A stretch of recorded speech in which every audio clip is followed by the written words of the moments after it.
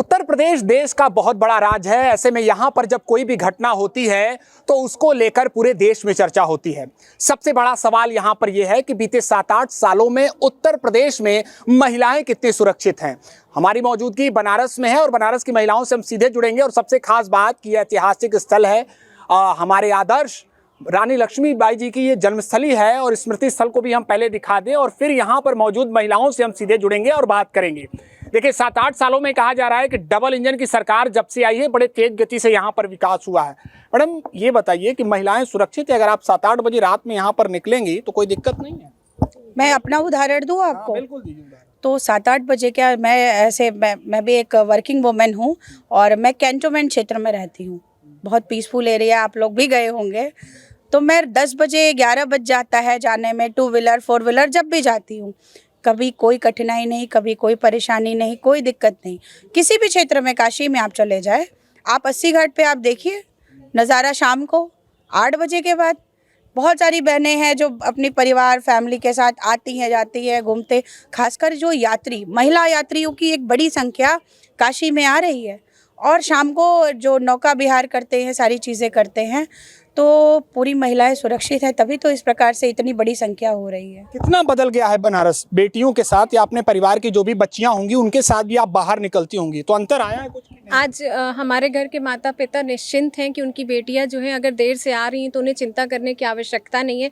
हमारे बच्चे भी जब बाहर जा रहे हैं तो हम भी निश्चिंत हैं कि एक सुरक्षा का जो माहौल दिया गया है इस समय, कि रास्ते में आप कहीं भी जा रहे हैं, आपको कोई दिक्कत है, टोल फ्री नंबर वगैरह अवेलेबल है। तो ये सारी जानकारी अब एजुकेट किया गया है कि एक सिस्टम बन गया है कि अब आप लोगों को किसी भी तरीके की परेशानी नहीं होगी। तो जो चारों तरफ का जो जिस तरीके से वातावरण क्रिएट किया गया है वो बहुत अच्छा है, महिलाओं के लिए बहुत हद तक सुरक्षित है। कहीं कोई दिक्कत का सामना हम लोग भी 9 बजे 10 बजे रात में आ रहे हैं, हम लोग को नहीं करना पड़ा। समय हुआ करता था जब पूर्वांचल को कहा जाता था कि बाहुबलियों का यहाँ पर अड्डा है, लेकिन क्या ये सवाल यहाँ पर ये है कि क्या वक्त बदलने के साथ साथ जो महिलाएं हैं, जो बेटियां हैं, वो सुरक्षित हैं कि नहीं? आप बताइए, आप कहाँ से आती हैं और क्या स्थिति है आसपास के क्षेत्रों में? मैं यहीं से हूँ, 80 से हूँ, मैं आशा सिंह।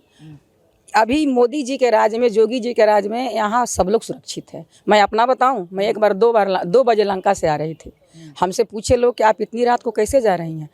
मैं बिल्कुल अपने आप पर भी स्वावलंबित होना पड़ता है और एक हिम्मत है कि नहीं, हमारी सरकार है, हमारी प्रशासन है। मैं 2 बजे रात को ट्रॉली खींचते हुए मैं अपने घर चली आई। 2 बजे रात को ट्रॉली खींचते हुए। आप लोगों से भी थोड़ा जल्दी मेरा सवाल ये होगा कि सुरक्षित हो गया उत्तर प्रदेश कि अभी भी बहुत कुछ करना बाकी? पूरी तरह से सुरक्षित है। योगी राज में कहीं कोई दिक्कत नहीं है, क्योंकि मैं भगवानपुरा में रहती हूँ और लंका साइड रहती हूँ, जहाँ की बेचू की छात्राएं रात को 12 बजे 1 बजे स्टेशन कैंट जाती हैं, आती हैं, कोई दिक्कत नहीं है। महिलाएं एकदम गर्व के साथ कहती है कि मोदी सरकार में मुझे बहुत गर्व है, मुझे इज्जत मिल रही है, सम्मान मिल रहा है और मैं सब जगह सुरक्षित हूँ। चलिए, तो एक विषय और है कि 33% आरक्षण मिलने के बाद महिलाओं ने धन्यवाद किया है प्रधानमंत्री मोदी का। ऐसे में राजनीतिक भागीदारी उनकी बढ़ेगी, ये तय है।